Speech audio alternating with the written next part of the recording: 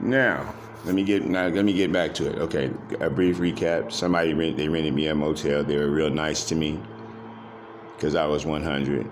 Yes, and the man hit me and left me like a dog in the street, which I'm waiting for that to go through. So that I have to get paid off of that.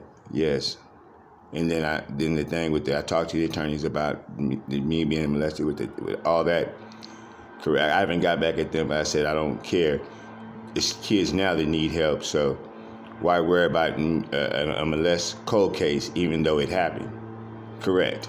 So now let's get down to it. My mother passed away November 3rd of 93, right? Okay. Now when we buried her, we paid for it. Yes, it was a very expensive funeral. So along with that now, I started losing my family members. She had Stephanie, which was her sister, and Hugh Stansel, which was her brother. So I buried all of them, and I buried the mother last. That was my grandmother. So I had went into my auntie's storage, Stephanie's storage, and I found my mother's jewelry, right? And I was with Tamika. Tamika looked in the file cabinet and found my mother's insurance policy for $1 million. So since I had money on me already, and Curtis was a long-term friend of my uncle Hugh Stansel, which was he was a paralegal and Curtis was an attorney. Yes. Okay. I decided to take that insurance policy into him. Okay. He tells me, he said, well, first he said it was expired. That's the first thing that came out of his mouth. After he looked into it and they gave me like a check, I signed a check. I think it was for $100 because he said that it was expired. But when I talked to Stephanie's husband, Kenny, it was everything was paid out. He told me, he said, man, with him knowing it was paid, then there's no way it could be expired. So when I went back into the office, when I was with Jeanette Hartman, which was Loop, pretty ass Loop, he said that it had been paid out. Correct. So I kept on trying to, what was going on and contacting AIG and everything. And so I decided to take the last money that I had and send in my mother's birth certificate that had my grandmother's wet signature on it because he had gave me a signature of the signed check, right? That check, they was completely different. My grandmother worked for KMC for like 40 some plus years, and she gave out the checks. Anybody that would see that's not her signature. It could have took a tattoo man. He could have told that it wasn't signature. But I still sent in the papers through Ray Mish Funeral Home because they were the last people to bury my grandmother, and I showed them the signature. Right? You feel me? Okay, now. Yes. So I waited, and then the insurance company, I kept on calling them because it has to go to a thing called they have their own department of fraudulent signatures, right? They said they have their dream team, right? So the man said, I'd like to on the behalf of AIG, I'd like to apologize because my whole life would have went differently. Yes. I'm not saying that he wronged me. It could have been somebody down at his office, whatever the fuck. The papers that they gave me back, the signature did not match. Yes, and so when they found when I was talking to the man on the phone with the insurance thing, the only thing he was like, "Fuck." When he looked at it, I was like, "Yeah, I'm quite sure you're probably looking down at the signatures." Yes, he was like, he was blown back. He was like, "I'd like to apologize on the behalf of AIG." Now, they never sent me my papers, or I had them going to an address, which it was some fucked up shit that happened where I can't blame them with them not giving me the papers. But Ray Mish Funeral Home, they were supposed to send that to if I didn't get one there, I was supposed to get one the other way. Well, no, they never got it at Ray Mish Funeral Home. So no, I can't say that they got it. I can't say they got it at the other address, but if it did, no, I can't say it did come because, okay, Nene, she loves me. She loves my mother because me and her son is like brothers.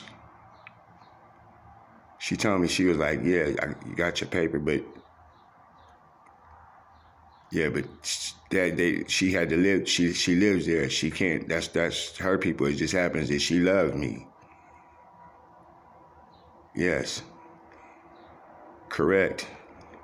The other ones, they couldn't get went back to Ray Mish Funeral Home because Kenny, the man that works down there, and Mr. Mish, yes, they are wonderful, terrific people. Yes, they're 100. That's the funeral home.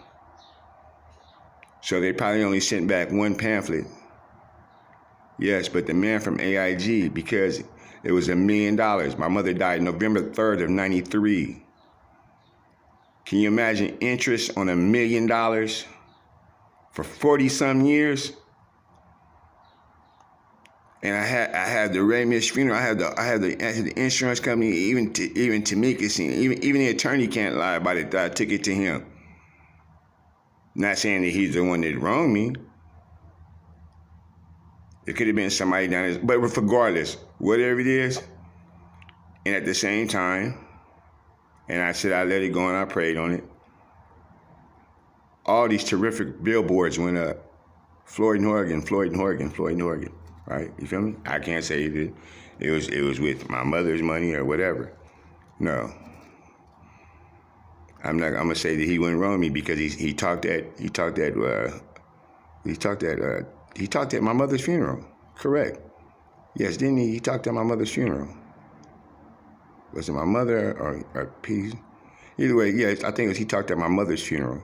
No, was it my mother's or was it my uncle's? Either way it go. Yeah. Can you imagine that?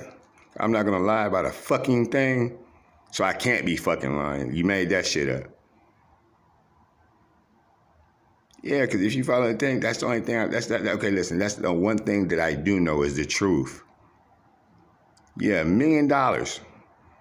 40 years ago, the insurance man from the Dream Team, I couldn't see his face, but he was fucking speechless. But that was at the same time that EDD, the shit was going through, and I fell in love with Lupe and a whole bunch of fuck shit I had to take care of. I was taking care of her and her 3 kids, and they seen that I was 100. Yeah, even Lupe know about it. Yeah, they even sent back a thing saying a document, something about an incident that had happened up at AIG. What in the fuck does that got to do with my money? Yeah, because I can live off the fucking interest of it. Yeah, but see, how things is going good, this is what I'm going to do. I'm going to stay good with my good behavior. Yes, being the only thing that I can be, right? You feel me? And how the phone lines is crossed with my cousin Antoinette because she used to work at Cooley's. And I explained to her, and we even tried to call the insurance company. We can't get all the way through, whatever the fuck, you know what I'm saying? However they got the phones lines, roster, whatever. But if people know that all I know is the truth, and what would really shut me up if I was able to talk to that man from AIG, if they could even see this video, yes, because let that man know that I'm still alive from the Dream Team. Yes, it would shut me up. Yeah, it would. I want to talk to the man because they said that all phone calls have been recorded. When I talk to them, all phone calls are being recorded for quality service and everything else. Yes. You see that? Can you imagine that? $1 million 40 years ago. Oh, but then again, see, if they did take it, it wouldn't be worth it because see, your attorney. How they get to an attorney, they have to pass a bar. Yes, this says that if something is $1 million or if it's $500 million or $1 trillion, they can't wrong me. You feel me? So if it would ever came out that he wronged me, every fucking thing he owned, I would own. Well, we're not going to say him, somebody down at his office. But regardless, the fuck, they say I cashed it out. I didn't have $1 million. Ramirez Funeral Home didn't know they know I didn't have $1 million, and they seen the signature. They sent the package out. All that. You see how important it is not to fucking lie? Now, I don't know. Now, do attorneys lie?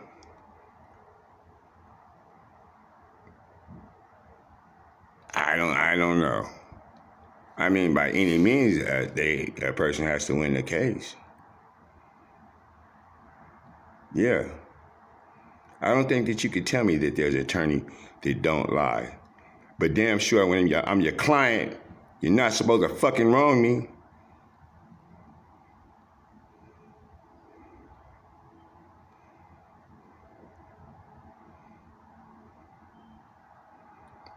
You're not supposed to take the money if it's a half a penny or $1 trillion.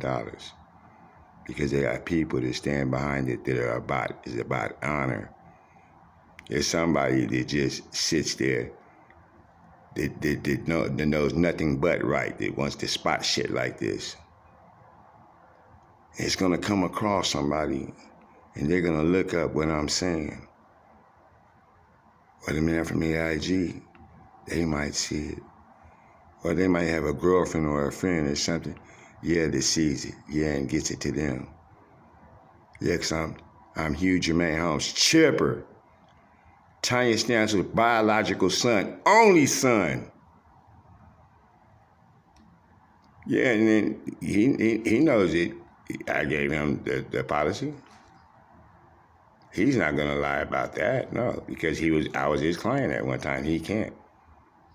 And he knows it. When I told him about it, he said I couldn't remember. It was so old, but but you told me. Yeah, when I was with Tamika and I walked in, when we were together, he said that it had expired, and he gave me a check for like $100 or some dollars. Me and Tamika walked out because I still had money because I had cashed out the other policies. Yeah, because I buried a whole lot of people at one time. Yeah, and then when I was with Luke and went back in there, he said he had been paid out. Matter of fact, when we found out all that at the same time, that's when me and my daughter Khadijah were getting back on the right page and everything. I was seeing my grandson, and they were even supposed to contact her. She knows about it and knows I'm not lying. Yeah, everybody knows I'm not fucking lying. Yeah.